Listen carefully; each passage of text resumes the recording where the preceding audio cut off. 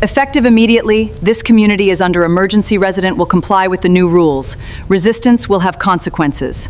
At sunrise, 24 armed guards blocked every road into Kings Ridge Preserve, while HOA President Vanessa Crowley watched from a velvet chair above the clubhouse steps. She called it martial law. Residents called it madness.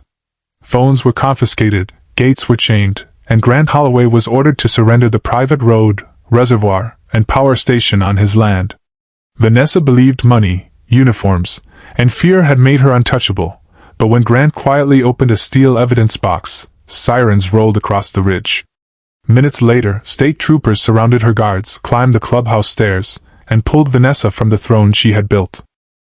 At 5:40 in the morning, Grant Holloway drove his truck down the private road that connected his ranch house to the highway leading into town, the way he had done 1,000 mornings before. But this time, 3 black sport utility vehicles sat parked across the road like a wall. Men in tactical uniforms were stringing steel barricades and portable spotlights across the pavement, unspooling coils of razor wire as if they were preparing for a siege rather than a quiet Montana morning. By the time he had parked and stepped out, he understood that Kings Ridge Preserve had been sealed by 24 hired guards working under a single chain of command. A man built like a linebacker walked toward him, introduced himself as Troy Bannister, and demanded identification, handing him a laminated order stamped with the Kings Ridge Preserve Homeowners Association seal that declared the entire community under a state of civil emergency. The order claimed sweeping powers, every road sealed, every vehicle searched, the property rights of the neighboring landowners suspended, the reservoir and the power substation seized for community use, filming banned, and any resistance treated as a threat to public safety. Grant read it twice and realized this was not a dispute over fences or paint colors anymore. Vanessa Crowley was attempting to manufacture a government of her own on land she did not own. When Grant refused to abandon his truck, Troy rested a hand on the stun gun at his belt and warned him that continued defiance would result in detention. But Grant said nothing further, turned his truck around, and quietly activated a second dashboard camera hidden behind his rearview mirror before he drove away, noting the exact positions of every guard and vehicle he passed along the way. Back at his ranch house, he retrieved a pair of binoculars and watched the clubhouse from a rise above his property. And there on the front steps sat Vanessa Crowley in a red velvet chair with gilded armrests positioned above the crowd like a queen surveying her subjects, a banner strung behind her reading Emergency Authority Kings Ridge Protection Command. Through a bullhorn, she announced that she had declared martial law to protect the community from outside saboteurs, and everyone within earshot understood exactly who she meant. Grant was the saboteur simply because he owned the road that led out of the development, the reservoir that fed it water, and the small substation that kept its lights on during storms. Within an hour, Grant discovered his landline had gone dead and the nearest cell tower was returning nothing but static, a jamming pattern he recognized from his years designing transportation infrastructure for the state. He walked into his study, opened a locked drawer beneath his desk, and pulled out plat maps, deed records, and a steel evidence box he had assembled over many months of watching Vanessa's ambitions grow. Sitting at his desk with the box open before him, he said quietly to the empty room that she had not declared martial law at all. She had just committed an armed land grab in broad daylight. 3 years earlier, Vanessa Crowley had been elected HOA president on a platform of lower dues and rising property values. Slowly, though, the association under her leadership transformed into something closer to a surveillance state, with a private company hired to track license plates at every entrance, cameras mounted on every light pole, fines climbing into the thousands of dollars, and attorneys retained to threaten dissenting homeowners in closed-door meetings where no minutes were ever published. Grant Holloway had never belonged to that association since his family had owned their 1,860 acres long before Kings Ridge Preserve existed, but 3 pieces of his land sat uncomfortably close to the development's borders: a single fire access road, a reservoir licensed for agricultural and emergency use, and a small substation that supplied backup power to the entire valley. Vanessa had repeatedly offered to buy all 3 at a fraction of their worth, intending to convert them into toll assets for her association. Grant had refused every time. Her campaign against him escalated in stages that felt petty until they didn't. Forged HOA invoices mailed to his address, signs erected falsely claiming his road belonged to the community, unauthorized survey crews sent onto his land, padlocks cut from his gates, threatening letters implying eventual seizure of his property, and public accusations that he was blocking residents' rightful access. Then Grant discovered the association had entered private negotiations with a resort development corporation planning to buy rights to his reservoir and his road in order to build a mountain resort. Without his land, the entire $38 million deal would collapse. That single fact explained everything. While Grant sat reviewing his files, a familiar voice crackled through an old handheld radio he kept charged for emergencies, and Nadine Holt, a former local reporter who lived inside Kings Ridge Preserve, whispered that Vanessa had ordered every resident to surrender their phones at the clubhouse and sign statements promising not to leave the neighborhood. Guards had used metal locking devices to immobilize the vehicles of anyone who objected.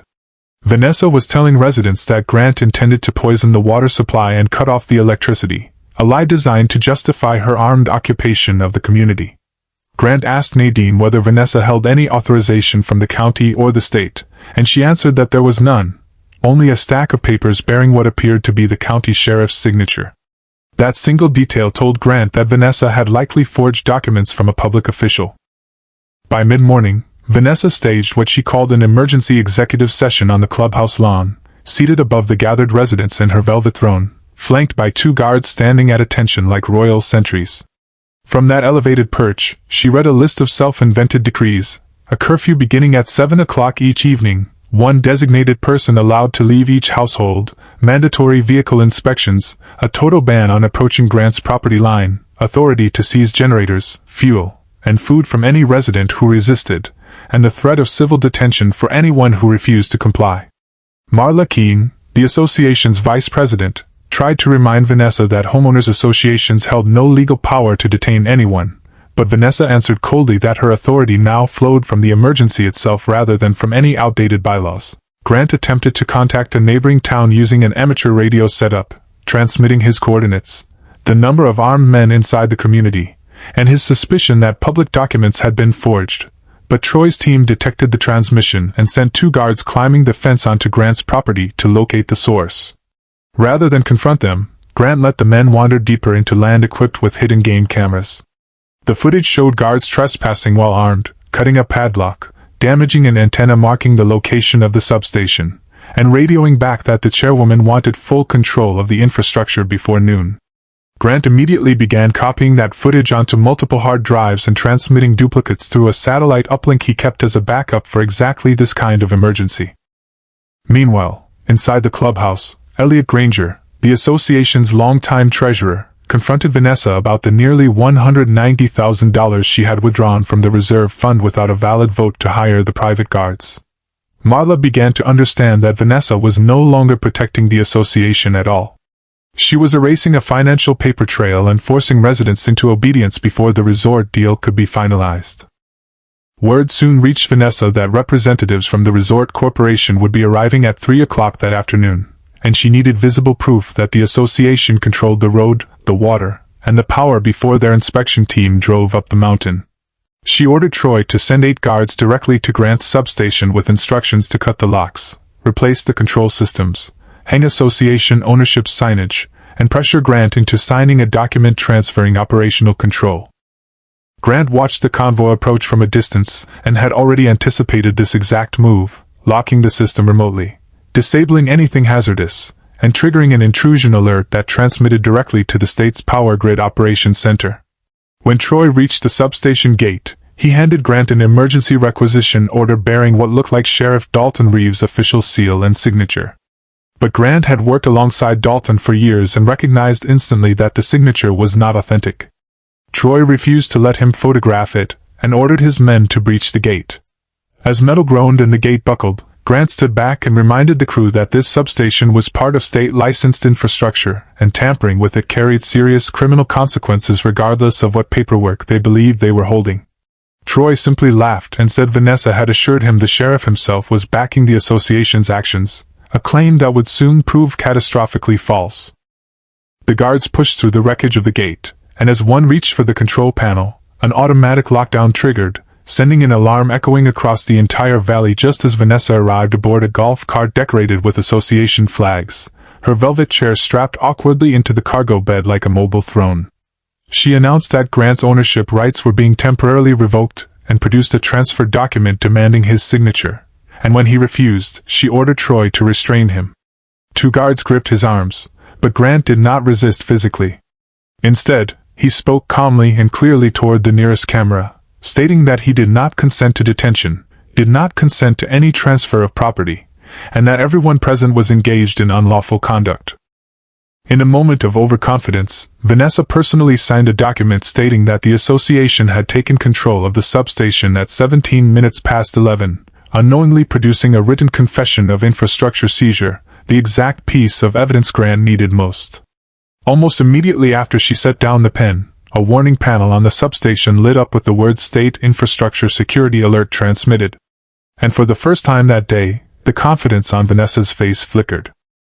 Inside his study, Grant opened the steel box that contained months of preparation, a plat map dating back to 1948, records proving his rights to the road and the water source, letters from the association attempting to purchase his land, emails in which Vanessa threatened to manufacture an emergency, invoices for the private security contract, copies of the association's reserve account statements, financial records suggesting she had funneled money through a shell company, a draft contract, selling access rights to his own land without his consent, an audio recording of her admitting that residents would accept anything if they were frightened enough, and a letter to the resort corporation in which she falsely claimed the association already controlled the substation. Grant contacted attorney Lenora Vance using a satellite phone. She confirmed that the day's events likely amounted to forgery of a public document, unlawful detention, conspiracy to seize private property infrastructure, tampering, obstruction of emergency communication, misuse of association funds, witness intimidation, and impersonation of governmental authority.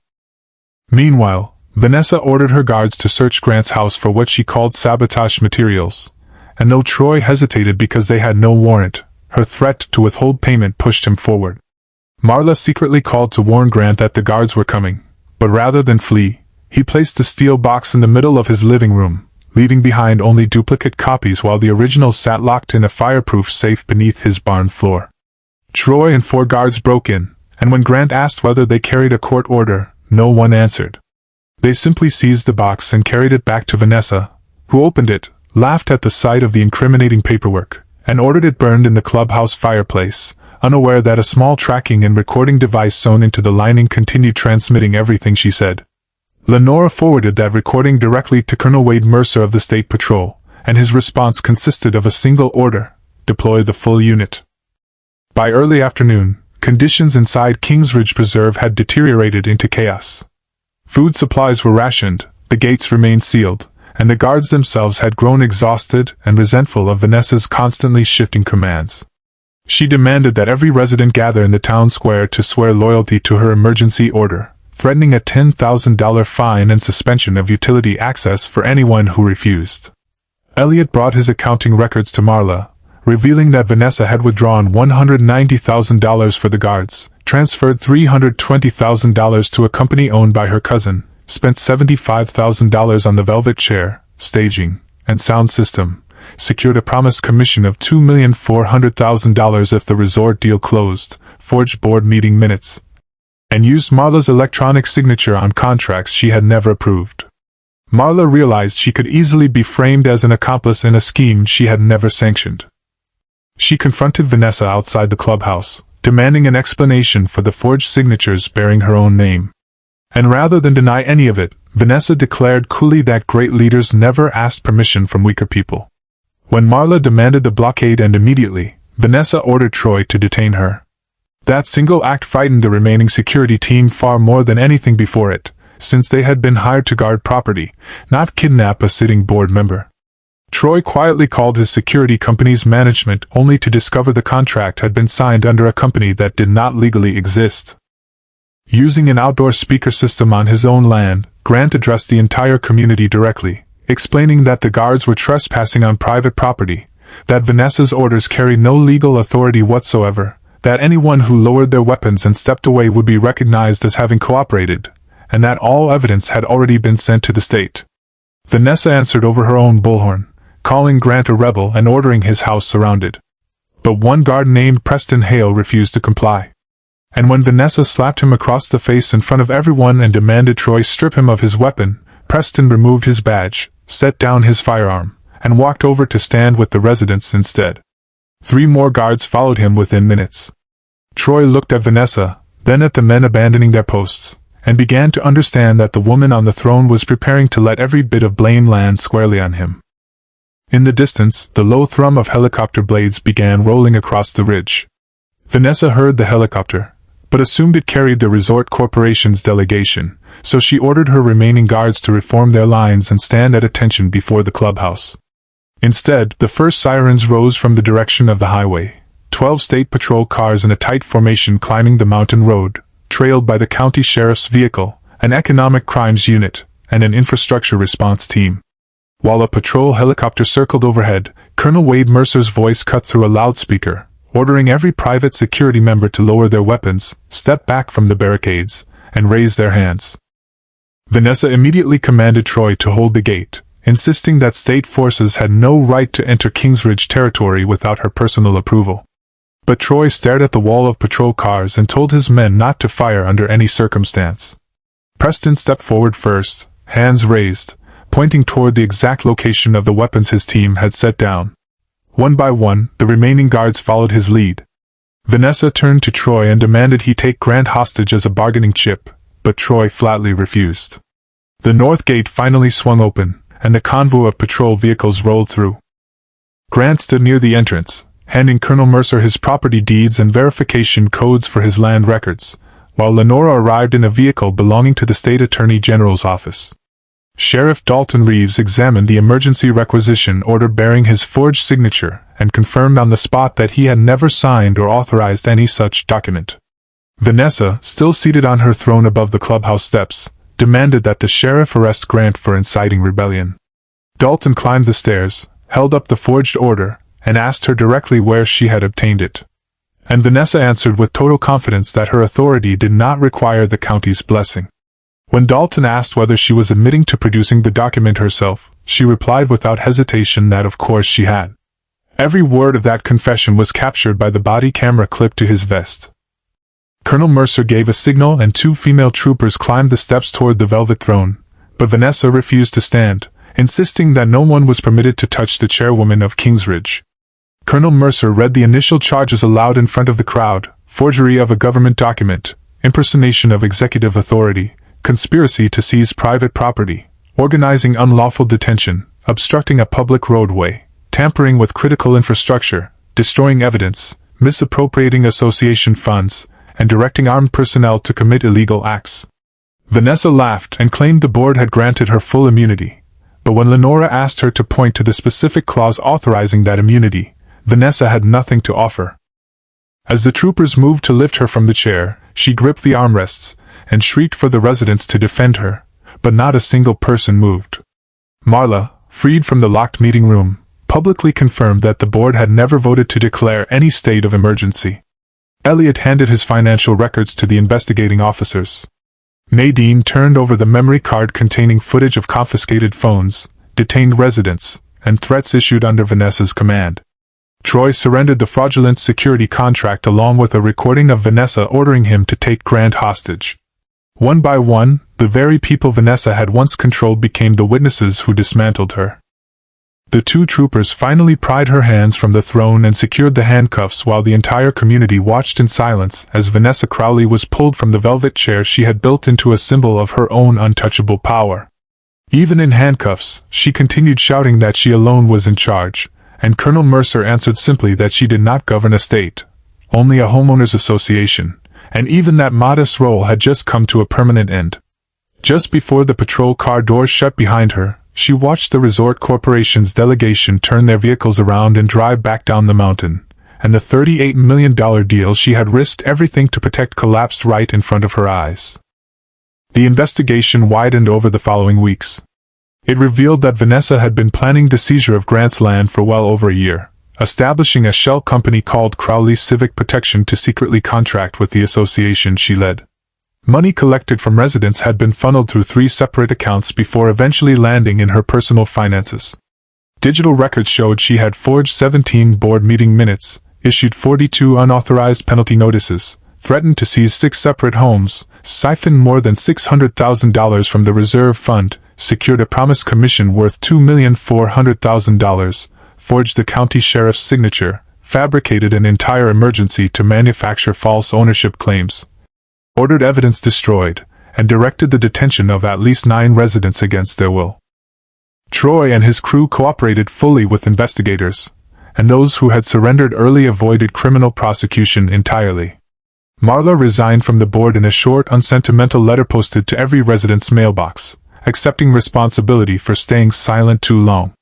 Yet she became one of the case's most important witnesses, proving in careful, methodical detail that Vanessa had forged the signatures of fellow board members without their knowledge. Elliot helped investigators trace every dollar. Nadine published a lengthy investigative account of how a homeowners association could collapse into something resembling authoritarian rule the moment residents stopped questioning where its power actually came from. Grant filed a civil suit demanding compensation for property damage, trespassing, unlawful detention, attorney fees, a permanent injunction barring the association from ever approaching his land again, and the dissolution of every false claim the association had made to his road and reservoir. The court issued an emergency ruling confirming that the land, the road, the reservoir, and the substation belonged entirely to Grant, and the homeowners association was placed under temporary independent oversight, while a court-appointed monitor reviewed every contract Vanessa had signed during her 3 years in office.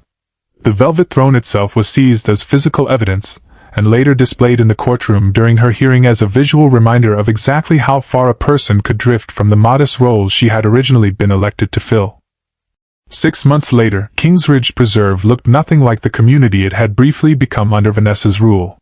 The checkpoints were dismantled, the unauthorized cameras removed, unjust fines refunded, and a new board elected under independent supervision took her place.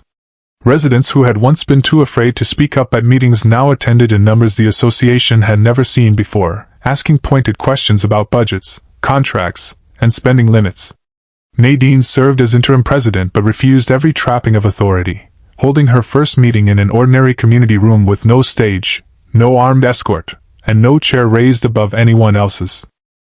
Grant received full compensation for the damage done to his property along with his legal expenses, and the association signed a permanent agreement acknowledging that he had never belonged to Kingsbridge, that the association held no claim whatsoever to his land, that the fire road could only be used in genuine emergencies, that the reservoir could never be sold or commercially developed, that any access to the substation required his written consent, and that association funds could never again be used to hire armed personnel without a lawful vote and proper approval.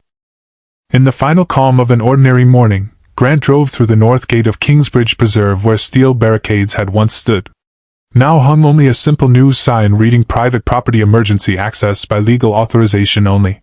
Beside the clubhouse, the platform that once held the velvet throne had been removed, leaving 4 empty bolt holes sunk into bare concrete. Nadine asked him whether he had felt any satisfaction watching Vanessa dragged away in handcuffs in front of the entire neighborhood, and Grant considered the question for a long moment before answering that the image itself had never been the point. What mattered more, he said, was everything that came after, when neighbors who had once been too afraid to speak in a meeting started showing up, asking questions and reading the fine print before signing anything ever again. Because that was the moment everyone finally remembered that no title, no uniform, and no chair could ever turn a lie into law.